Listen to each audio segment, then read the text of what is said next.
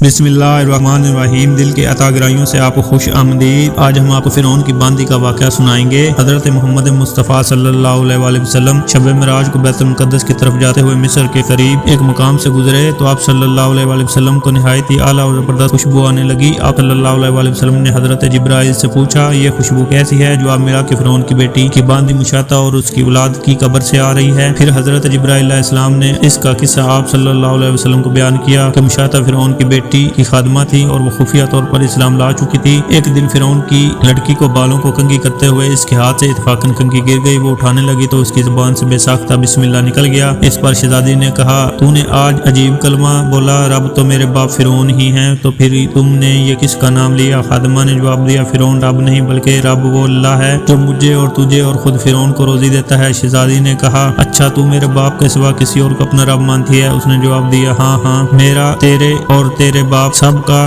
رب اللہ تعالیٰ ہی ہے۔ شہزادی نے اپنے باپ کو یہ بات پہنچا دی۔ وہ سب خسبانک ہوا اور اسی وقت خادمہ کو دربار بلاوا بھیجا اور کہا، کیا تو میرے سوا کسی اور کو رب مانتی ہے؟ اسی نے کہا، میرا اور تیرا رب اللہ تعالیٰ ہی ہے جو بلندیوں اور بزرگی والا ہے۔ فرعون نے اسی وقت حکم دیا کہ تانبے کی جو گائے بنی ہوئی ہے اس کو خوب گرم کیا جائے اور جب بالکل آگ جیسی ہو جائے تو اس کے بچوں کو ایک ایک کر کے اس میں ڈال دیا جائے اور آخر میں خود اسے بھی اس میں ڈال دیا جائے۔ چنانچہ وہ مکمل گرم کی گئی۔ جب آگ جیسی ہو گئی تو فرعون نے حکم دیا، اس کے بچے کو ایک ایک کر کے اس میں ڈالنا شروع کرو۔ اس نے کہا، بادشاہ ایک درخواست میری منظور کرو، وہ یہ کہ میرے اور میرے ان بچوں کی ہڈیاں ایک ہی جگہ ڈال دینا۔ اس نے کہا، اچھا، تیرے کچھ حقوق ہمارے ذمہ ہیں اس لیے یہ منظور ہے۔ اس کے دونوں بچیاں اس کی آنکھوں کے سامنے اس میں ڈال دی گئی اور فوراً جل کر وہ راکھ ہو گئیں۔ پھر سب سے چھوٹے کی باری آئی جو ماں کی چھاتی سے لگا ہوا دودھ پی رہا تھا۔ فرعون کے سپاہیوں نے اسے گھسیٹا تو اس نیک بندی کی آنکھوں تلے اندھیرا چھا گیا۔ اللہ تعالیٰ نے اس بچے کو اسی وقت زبان دے دی اور اس نے